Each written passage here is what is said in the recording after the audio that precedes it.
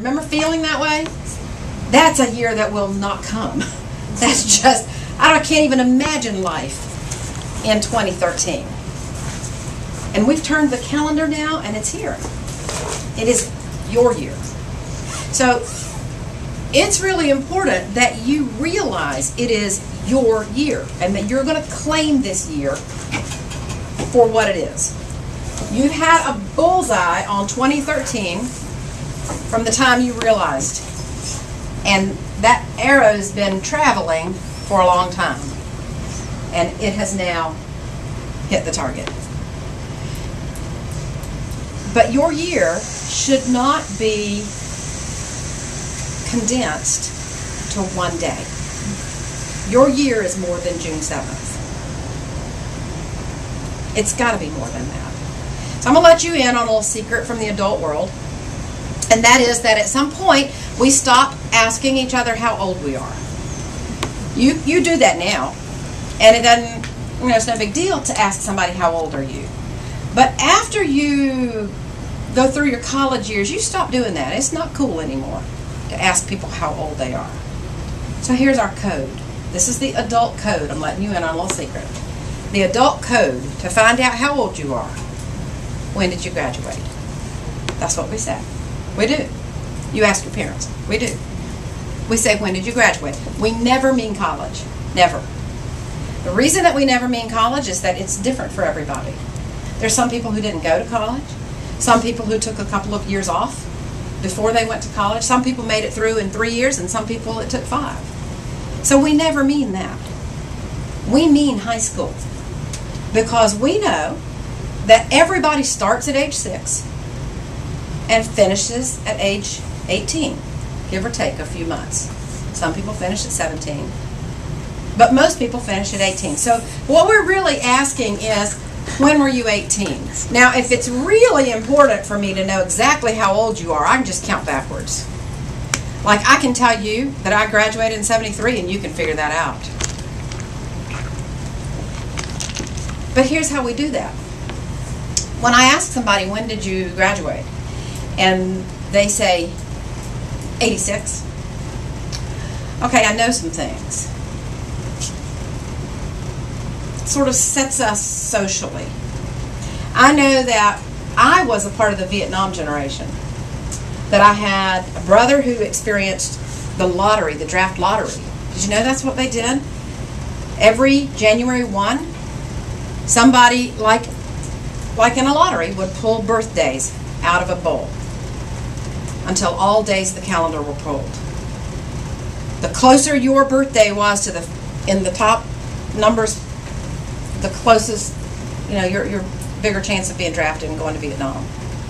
So every boy age 18 and higher during that time hated that day, dreaded that day, and wondered when their birthday would be called. If their birthday was in the top 10, they went ahead and started packing. If their birthday was in the late 200s, 300s, they had a chance maybe of not going. I remember that. Somebody who graduated in 86 said, I remember that. I remember, I was young, but I remember when John Kennedy was shot. I remember when Martin Luther King was killed. I remember when Bobby Kennedy was killed. We had 3 assassinations. Boom, boom, boom, boom. I was in the 4th grade, when all that happened. You remember that stuff. Those are defining moments for my generation. I remember I was grown up, already married with a child when the Challenger spacecraft exploded.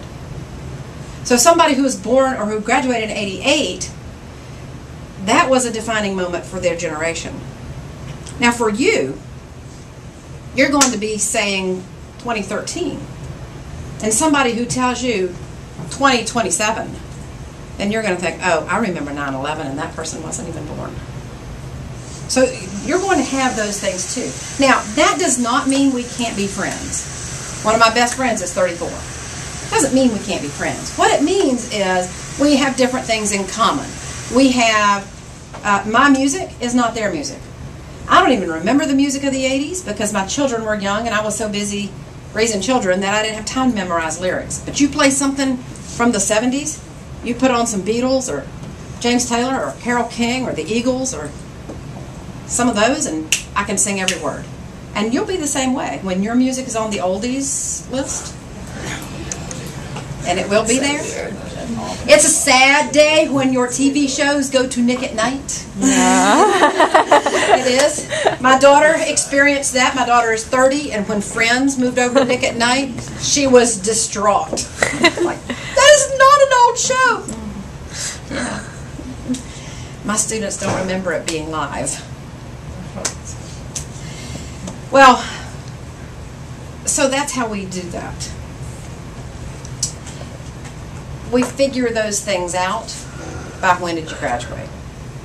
Now, not a year has gone by since I graduated, but I have not said that at least sometimes 2 or 3 times in a year, sometimes a whole lot more depending on where I am and how many people I'm meeting and that kind of thing. So if for the rest of my life I'm going to be saying that number, that year, then it needs to be a whole year that is extraordinary. From January 1st to December 31st the next year. The whole year needs to be extraordinary. If you're going to keep calling it up. So if you're going to be saying 2013 for the rest of your life, don't you want 2013 when it comes up and you say that, good stuff flashes through your brain. Not, oh, it started out great and then I got arrested in June. Or, oh, it started out great and then I went to college and skipped every 8 o'clock class because I just couldn't get out of bed. And I flunked my first class. Got on academic probation. Or ended up coming home. Now, you know, life throws you some stuff that you don't expect. That's just going to happen. But as far as all those things that you choose, they need to be excellent choices in this your year. You may choose to screw up your life. Just do it like in 2014 or 2015. Some other year, not your year. This is your year. It is seriously, there's just a narrow band of people in this world that share this with you. You understand that? There's nobody else at this high school that shares it with anybody but the senior class. Nobody else will claim this year. Nobody else for the rest of their life will be saying 2013. Just that narrow band of all of you. You should feel a part of a special group that claims this year. And so that means that everything you do all year needs to be that level of exceptional. So that when you call up that year, you don't have those, but. This year is going to have 3 big chunks of time that are hugely significant to you. You've got this chunk of time right here, which is your last bit of high school. Hard to believe that that's where you are right now, isn't it? You've just got a few more months and you're out here. And then you've got this summer. This will be the best summer of your life because there will not be major summer reading. And there might be a novel. Colleges do like to have a common college read. And so you may have a novel to read, but you won't have 3, and you won't have things to do with them. You'll have like maybe a freshman required class